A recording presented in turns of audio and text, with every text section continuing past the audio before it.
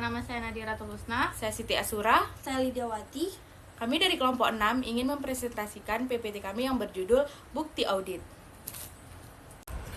Pendahuluan. Bukti audit adalah semua informasi yang digunakan auditor untuk menentukan apakah laporan keuangan sesuai dengan prinsip akuntansi yang berlaku umum.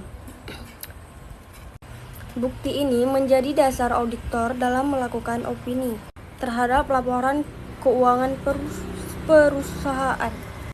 Jadi, bukti audit ini sebenarnya semua informasi atau data yang dikumpulkan oleh auditor untuk menilai apakah laporan keuangan itu sudah disajikan dengan benar dan sesuai dengan standar akuntansi yang berlaku. Kalau gampangnya, bukti audit itu adalah dasar utama auditor dalam mengambil keputusan. Misalnya, ketika auditor mau mengambil opini apakah laporan keuangan perusahaan itu wajar, tidak wajar, atau bahkan menyalahi peraturan. Semua keputusan itu berdasarkan bukti audit yang mereka kumpulkan. Contohnya, auditor bisa memeriksa dokumen transaksi, melihat laporan bank, melakukan wawancara dengan karyawan, atau memeriksa aset perusahaan langsung dari lapangan. Semua itu termaksud bukti audit yang membantu auditor memastikan kejujuran dan keandalan dalam laporan keuangan. Nah, supaya hasil audit dipercaya, auditor tidak bisa bekerja sembarangan. Mereka harus mengikuti 3 standar penting, yaitu yang pertama, perencanaan yang baik. Jadi, maksudnya itu sebelum turun ke lapangan, auditor wajib merencanakan rencana yang matang, mulai menentukan area yang mau diaudit, waktu pelaksanaannya, siapa saja yang terlibat, dan apa saja metode yang digunakan. Yang kedua, memahami sistem mengendalikan internal. Auditor juga harus memahami bagaimana sistem pengendalian perusahaan itu bekerja. Misalnya, bagaimana perusahaan mencatat transaksi, siapa yang memeriksa laporan keuangan, dan bagaimana proses keamanan datanya. Tujuannya supaya auditor bisa menilai apakah sistem yang sudah ada mampu mencegah kesalahan atau kecurangan. Yang ketiga, mengumpulkan bukti audit yang cukup. Nah, ini poin yang paling penting. Bukti yang dikumpulkan harus cukup jumlahnya dan juga berkualitas. Jadi, bukan cuma banyak, tapi juga relevan dan juga bisa dipercaya. Dengan bukti yang cukup dan baik, auditor bisa membuat kesimpulan yang kuat dan bisa dipertanggungjawabkan. Selanjutnya, hal-hal penting terkait bukti audit. Nah, dalam proses pengumpulan bukti audit, ada beberapa hal penting yang harus diperhatikan.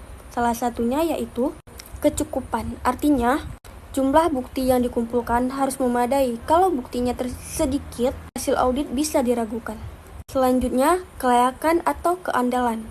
Ini berkaitan dengan kualitas bukti.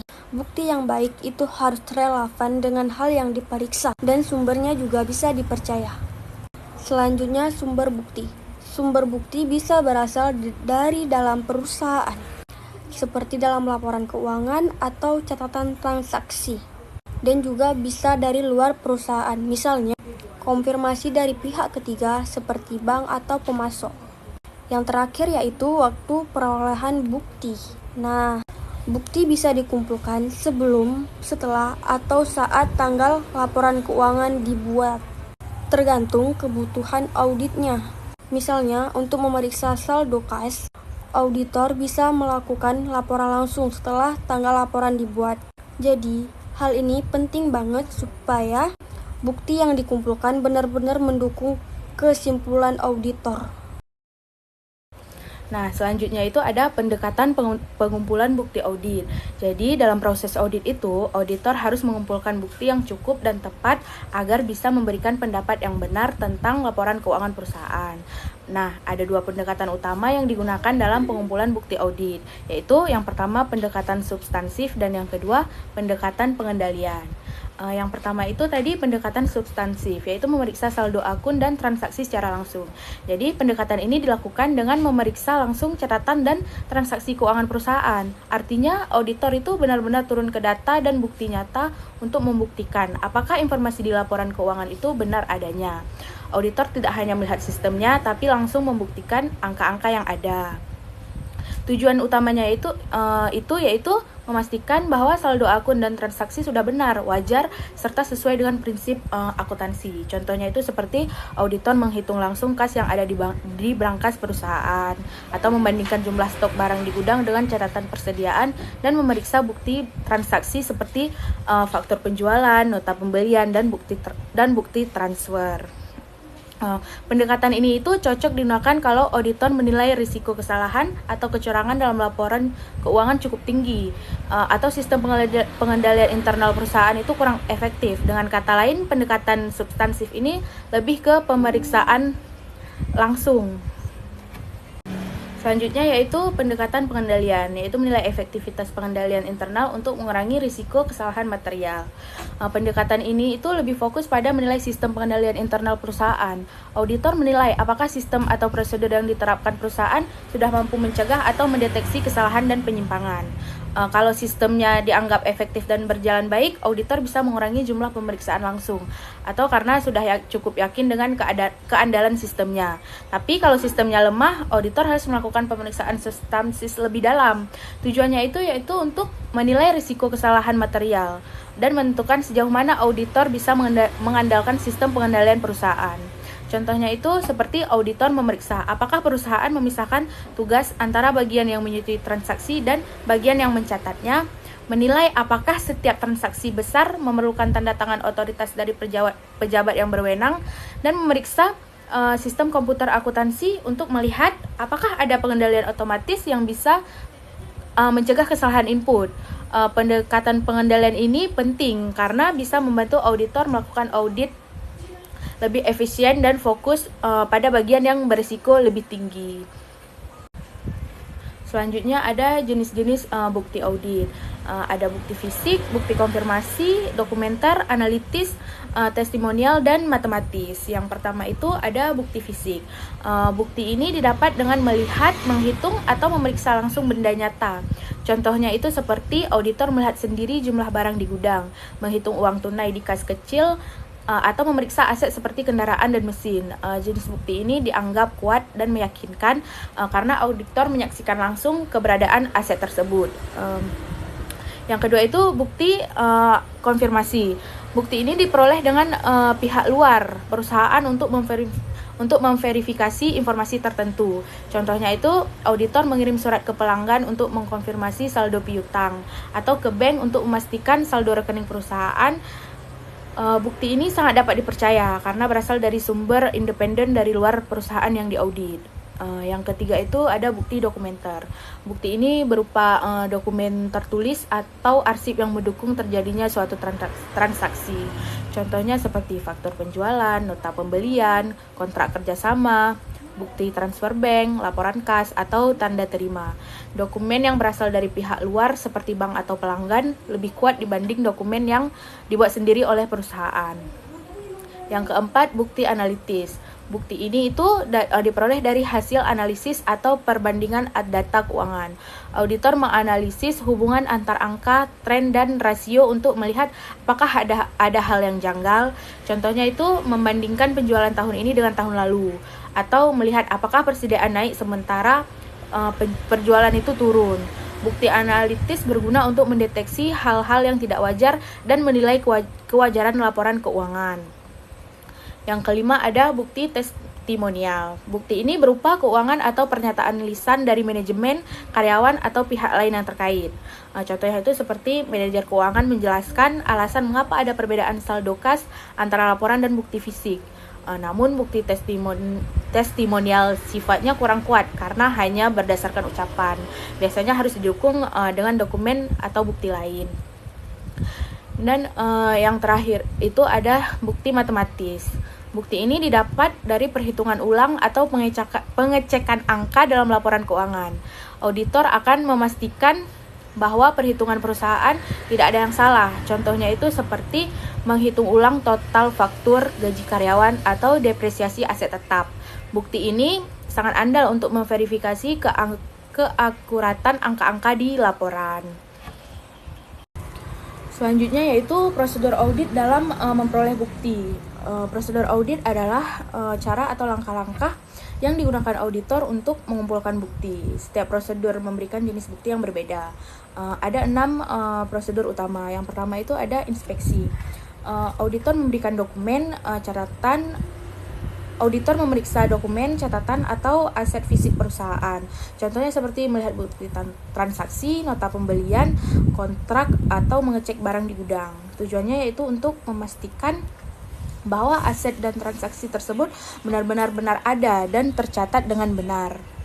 Yang kedua itu ada observasi. Observasi yaitu auditor mengamati langsung aktivitas atau proses yang dilakukan oleh perusahaan. Contohnya melihat bagaimana staf menghitung kas atau bagaimana sistem pencatatan transaksi dilakukan. Prosedur ini membantu auditor melihat bagaimana kebijakan perusahaan dijalankan, meskipun hasilnya hanya mengabarkan kondisi saat itu saja. Yang ketiga itu ada permintaan keterangan. Auditor bertanya langsung kepada pihak yang tahu tentang aktivitas perusahaan, baik secara lisan maupun tertulis. Contohnya yaitu menanyakan alasan kenapa ada perbedaan saldo atau kenapa transaksi tertentu itu belum dicatat. Biasanya hasil tanya jawab ini didukung dengan bukti lain agar lebih kuat. Yang keempat itu ada konfirmasi. Auditor mengirim permintaan tertulis ke pihak luar untuk memastikan keakuratan informasi tertentu. Contohnya seperti konfirmasi saldo rekening ke bank atau saldo piutang ke pelanggan. Bukti ini dianggap sangat meyakinkan karena berasal dari pihak yang independen. Yang kelima yaitu perhitungan ulang. Auditor mengulang perhitungan angka-angka keuangan untuk memastikan tidak ada kesalahan hitung. Contohnya menghitung ulang penyusutan, total penjualan, pajak, atau jumlah gaji karyawan. Tujuannya yaitu untuk memastikan bahwa semua perhitungan dalam laporan keuangan benar. Yang keenam itu yaitu pelaksanaan ulang. Jadi auditor ini mengulangi sendiri prosedur atau proses yang biasanya dilakukan oleh perusahaan untuk memastikan hasilnya sama. Contohnya itu seperti auditor ini melakukan sendiri rekonsiliasi bank untuk mengecek kesesuaian saldo kas dan laporan bank.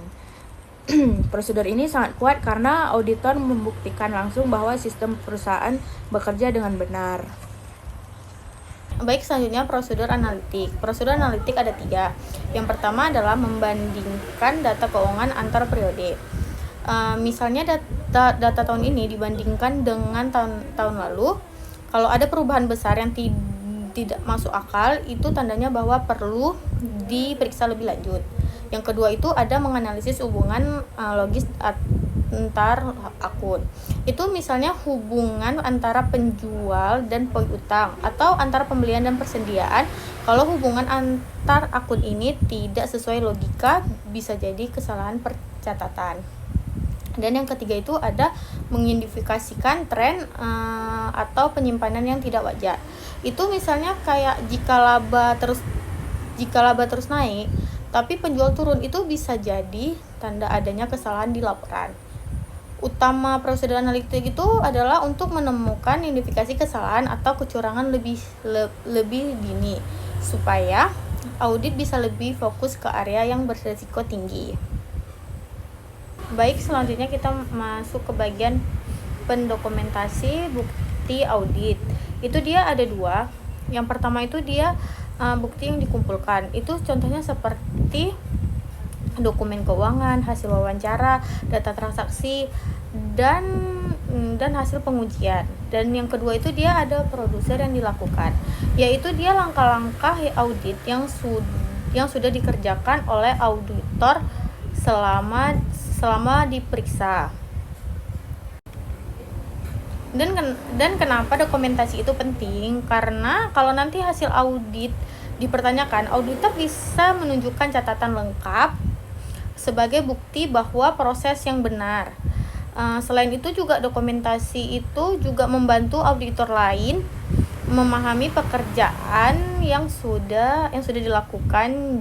Jadi ada transparan dan akuntansi dalam proses auditnya. Nah, jadi yang terakhir itu ada kesimpulan. Jadi, kesimpulan itu dia menjelaskan bahwa bukti audit merupakan dasar utama dalam menyusun optimi auditor. Itu dia artinya itu kayak kualitas laporan audit sangat tergantung pada kualitas bukti yang dikumpulkan. Bukti audit tuh harus memiliki 3 sifat penting, yaitu dia ada cukup, relevan, dan dapat diandalkan. Dan kalau cukup itu dia contohnya tuh kayak jumlahnya memadai untuk mendukung kesimpulan.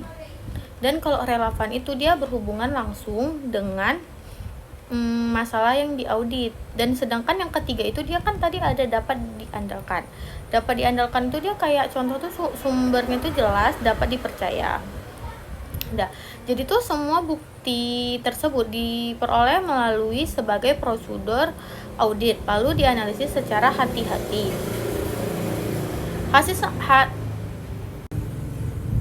Dan hasil analisisnya itu tidak boleh dibiarkan begitu saja, karena harus didokumentasikan secara sistematis supaya kalau sewaktu-waktu perlu ditinjau ulang, datanya tuh lengkap dan masih jelas gitu. Dan kesimpulannya, proses audit yang baik tidak mencari kesalahannya, tapi dia memastikan laporan keuangannya tuh kayak benar, wajar, dan dapat dipercayanya. Dengan begitu, auditor ini bisa memberikan opini yang profesional dan dapat dipertanggungjawabkan. Sekian dari saya. Sekian dari presentasi kami. Lebih dan kurang kami mohon maaf. Terima kasih sudah menonton.